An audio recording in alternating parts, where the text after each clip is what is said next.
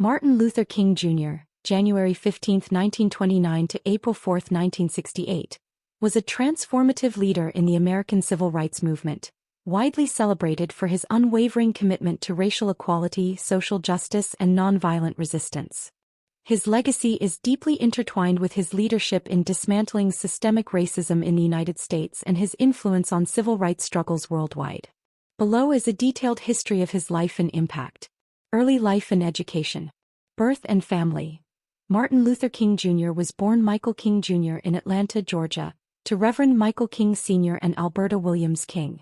His father later changed both their names to honor the Protestant reformer Martin Luther. Education. A precocious student, King skipped grades and enrolled at Morehouse College at the age of 15, graduating with a Bachelor of Arts in Sociology in 1948. He then earned a Bachelor of Divinity degree from Crozer Theological Seminary in 1951 and a Ph.D. in Systematic Theology from Boston University in 1955. Civil rights leadership. Montgomery bus boycott, 1955 to 1956. King rose to prominence as the leader of the Montgomery Improvement Association during the Montgomery bus boycott, which was sparked by Rosa Parks' arrest for refusing to give up her bus seat to a white passenger. This 381-day boycott led to the Supreme Court ruling that segregation on public buses was unconstitutional. Southern Christian Leadership Conference, SLC. In 1957, King co-founded the SLC, an organization dedicated to achieving civil rights through nonviolent means. As its first president, he became a national figure advocating for racial justice. I Have a Dream speech. 1963. King's most iconic moment came during the March on Washington for Jobs and Freedom on August 28, 1963.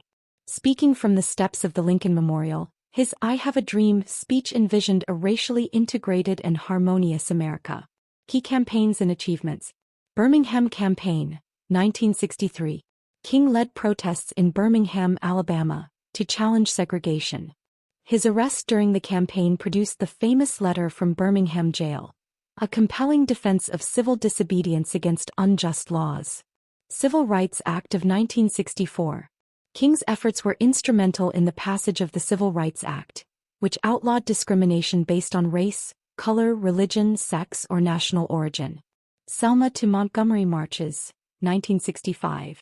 King organized marches to demand voting rights for African Americans, culminating in the Voting Rights Act of 1965, which prohibited racial discrimination in voting. Poor People's Campaign, 1968. Near the end of his life, King shifted focus to economic justice, planning the Poor People's Campaign to address poverty across racial lines. Philosophy of nonviolence. King's philosophy was deeply influenced by Mahatma Gandhi's principles of nonviolent resistance and Christian teachings of love and forgiveness. He believed that nonviolent protest could expose the immorality of segregation and inspire moral clarity among Americans. Assassination and legacy. Assassination. On April 4, 1968, Martin Luther King Jr. was assassinated in Memphis, Tennessee, while supporting striking sanitation workers. His death sent shockwaves across the world and led to an outpouring of grief and reflection on his achievements. Legacy. King remains a symbol of justice, equality, and nonviolence. His birthday, January 15, is observed as Martin Luther King Jr. Day, a federal holiday in the United States. His writings, speeches, and leadership continue to inspire movements for civil rights, social justice, and equality globally. Honors. Nobel Peace Prize. In 1964, King became the youngest recipient of the Nobel Peace Prize for his efforts to combat racial inequality through nonviolent resistance. Monuments and memorials. The Martin Luther King Jr. Memorial in Washington, D.C. and countless streets, schools, and buildings bear his name as a testament to his enduring influence. Martin Luther King Jr.'s life remains a powerful reminder of the struggle for equality and the profound impact of one individual's vision for a just world.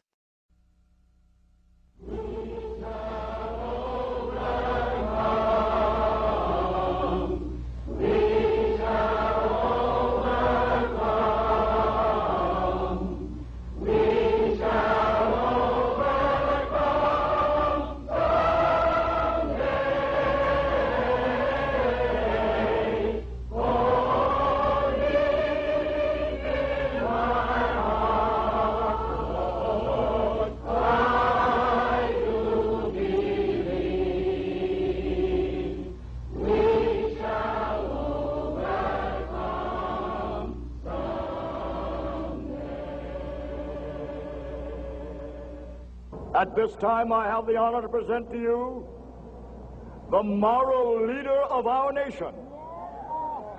I have the pleasure to present to you Dr. Martin Luther King, Jr.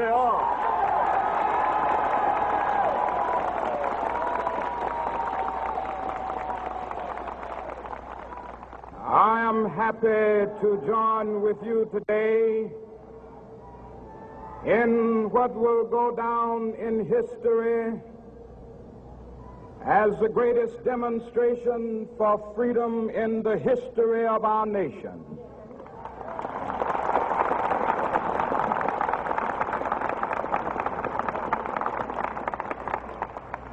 Five score years ago, a great American in whose symbolic shadow we stand today signed the Emancipation Proclamation.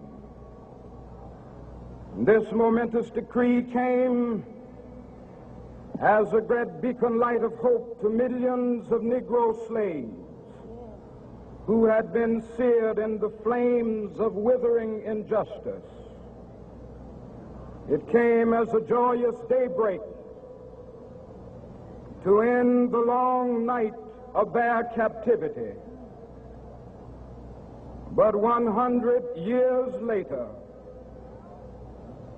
the Negro still is not free. 100 years later, the life of the Negro is still sadly crippled by the manacles of segregation and the chains of discrimination. 100 years later, the Negro lives on a lonely island of poverty in the midst of a vast ocean of material prosperity. 100 years later, the Negro is still languished in the corners of American society and finds himself in exile in his own land. And so we've come here today to dramatize a shameful condition. In a sense, we've come to our nation's capital to cash a check. When the architects of our republic wrote the magnificent words of the Constitution and the Declaration of Independence, they were signing a promissory note to which every American was to fall heir. This note was a promise that all men, yes, black men as well as white men, would be guaranteed the unalienable rights of life, liberty, and the pursuit of happiness. It is obvious today that America has defaulted on this promissory note insofar as her citizens of color are concerned. Instead of honoring this sacred obligation, America has given the Negro people a bad check, a check which has come back marked insufficient funds.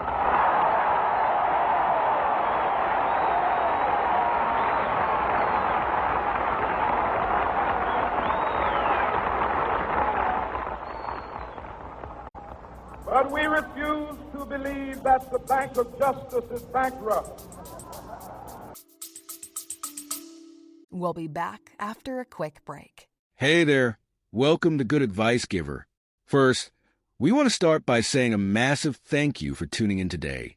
Whether you're a long-time listener or you're joining us for the first time, we're truly grateful to have you here. We know you've got a lot of options when it comes to podcasts, so the fact that you're spending your time with us means the world. So thank you. That's right. We're excited to have you with us because here on Good Advice Giver, we cover just about everything.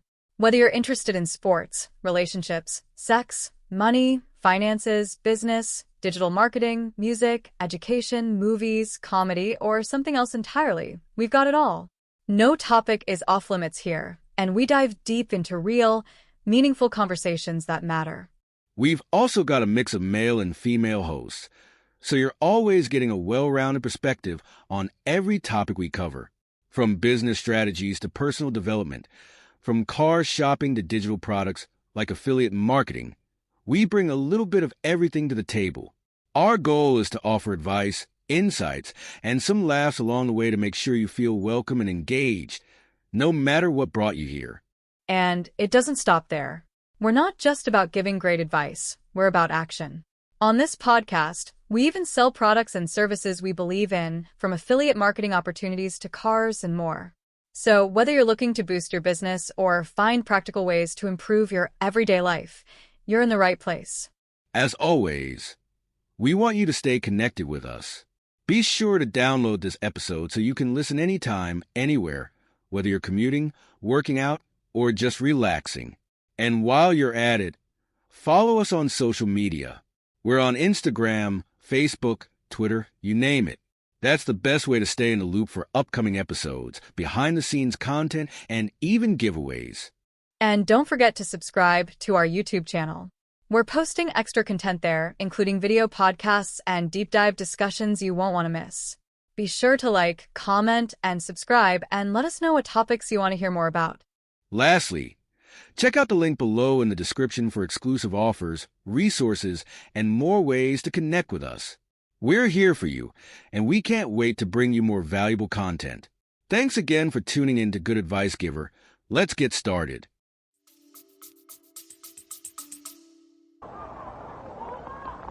We refuse to believe that there are insufficient funds in the great vaults of opportunity of this nation. So we've come to cash this check, a check that will give us upon demand the riches of freedom and the security of justice.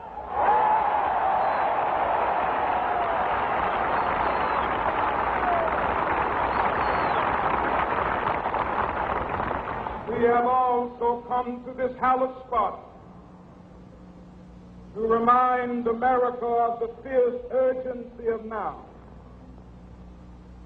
This is no time to engage in the luxury of cooling off or to take the tranquilizing drug of gradualism.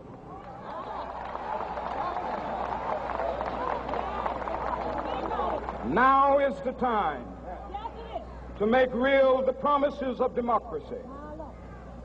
Now is the time to rise from the dark and desolate valley of segregation to the sunlit path of racial justice. Now is the time to lift our nation from the quicksands of racial injustice to the solid rock of brotherhood. Now is the time to make justice a reality for all of God's children. It would be fatal for the nation to overlook the urgency of the moment. This sweltering summit of the Negro's legitimate discontent will not pass until that is an invigorating autumn of freedom and equality. 1963 is not an end, but a beginning. Those who hope that the Negro needed to blow off steam and will now be content will have a rude awakening if the nation returns to business as usual.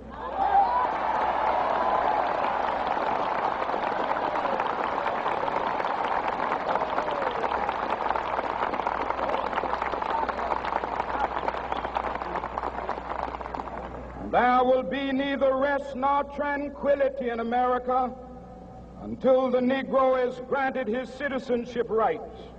The whirlwinds of revolt will continue to shake the foundations of our nation until the bright day of justice emerges. But that is something that I must say to my people who stand on the warm threshold which leads into the palace of justice. In the process of gaining our rightful place, we must not be guilty of wrongful deeds. Let us not seek to satisfy our thirst for freedom by drinking from the cup of bitterness and hatred.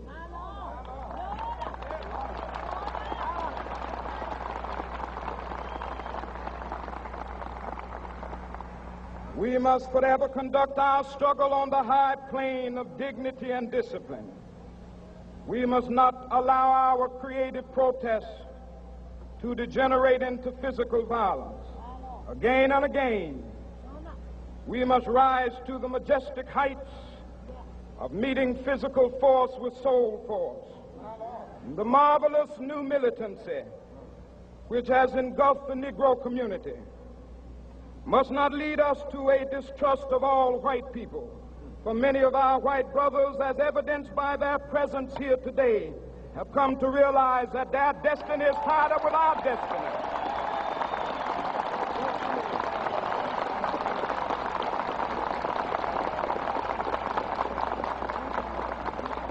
And they have come to realize that their freedom is inextricably bound to our freedom.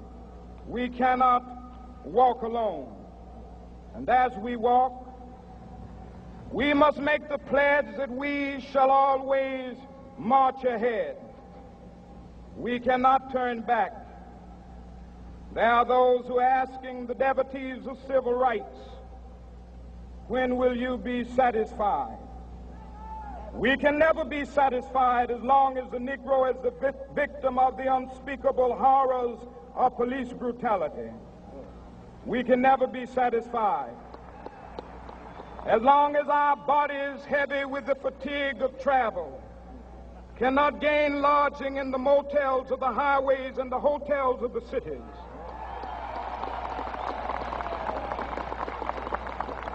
We cannot be satisfied as long as the Negro's basic mobility is from a smaller ghetto to a larger one. We can never be satisfied as long as our children are stripped of their selfhood and robbed of their dignity by signs stating for whites only.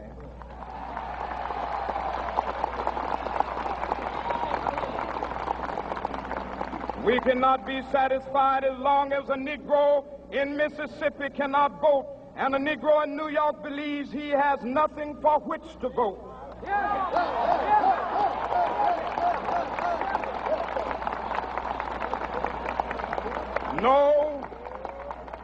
No, we are not satisfied, and we will not be satisfied until justice rolls down like waters and righteousness like a mighty stream.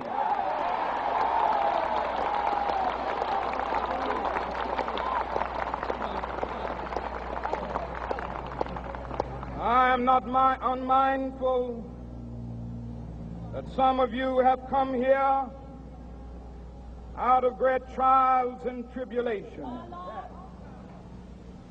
Some of you have come fresh from narrow jail cells. Some of you have come from areas where your quest for freedom left you battered by the storms of persecution and staggered by the winds of police brutality.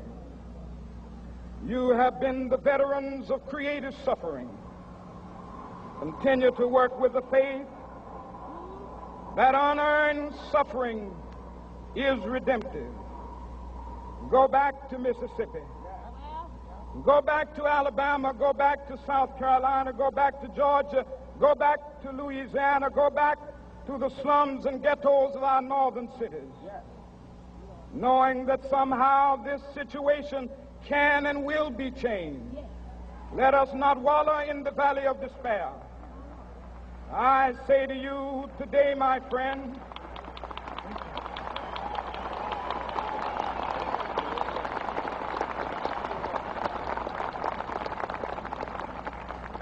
so even though we face the difficulties of today and tomorrow, I still have a dream. It is a dream deeply rooted in the American dream. I have a dream that one day this nation will rise up and live out the true meaning of its creed. We hold these truths to be self-evident, that all men are created equal.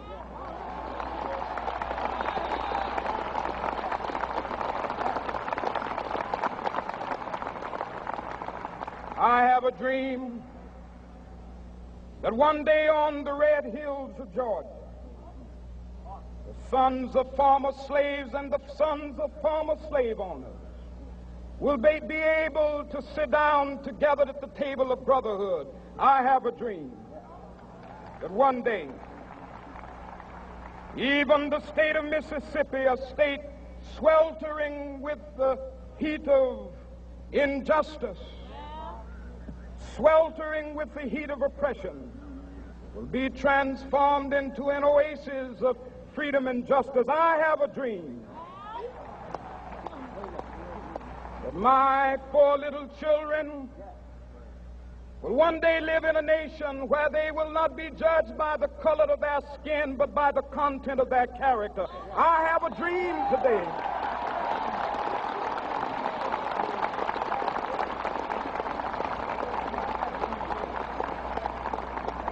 I have a dream that one day down in Alabama, with its vicious racists, with its governor having his lips dripping with the words of interposition and nullification, one day right there in Alabama, little black boys and black girls will be able to join hands with little white boys and white girls as sisters and brothers. I have a dream today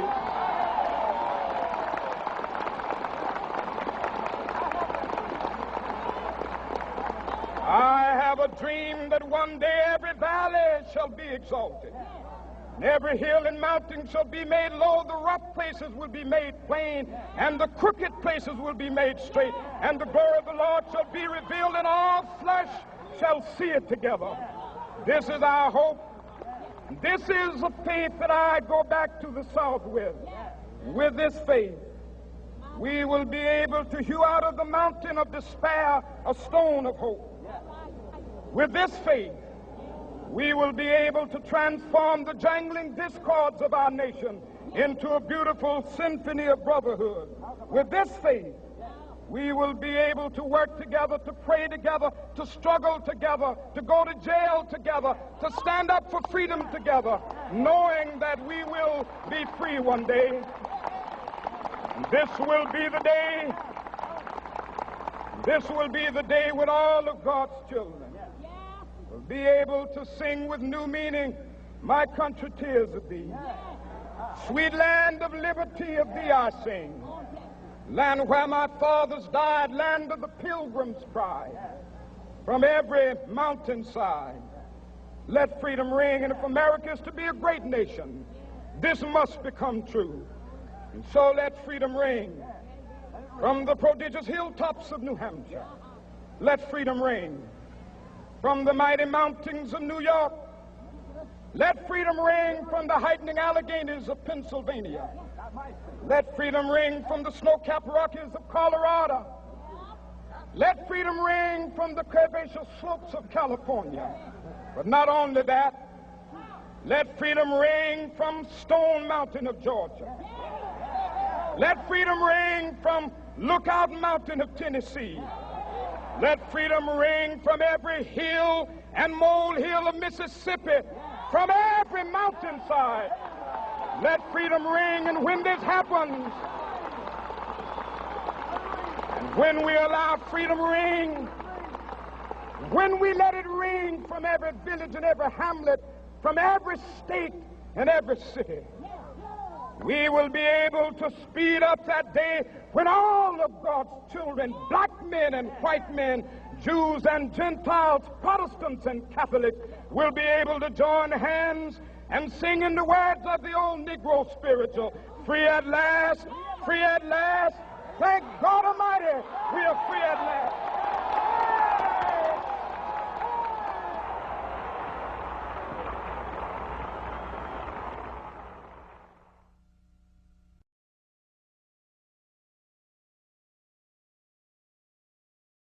All we say to America is be true to what you said on paper.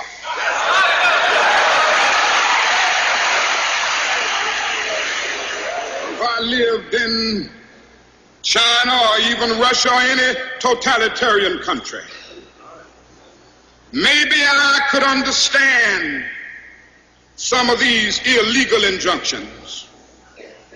Maybe I could understand the denial of certain basic First Amendment privileges because they haven't committed themselves to that over there.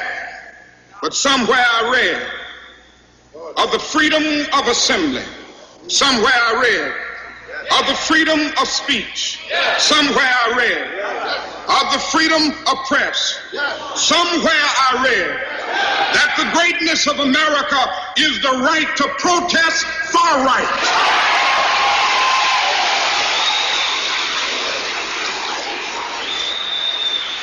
And so just as I say we aren't going to let any dogs or water hoses turn us around, we aren't going to let any injunction turn us around.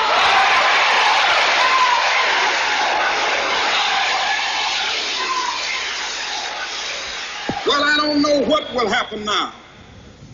We've got some difficult days ahead. But it really doesn't matter with me now because I've been to the mountaintop. I don't mind. Like anybody, I would like to live a long life. Longevity has its place. But I'm not concerned about that now. I just want to do God's will. And He's allowed me to go up to the mountain. And I've looked over and I've seen the promised land. I may not get there with you, but I want you to know tonight that we as a people will get to the promised land.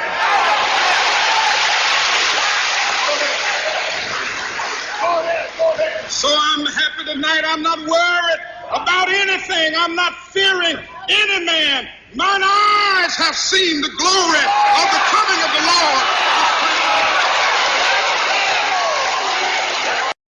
Today is your lucky day.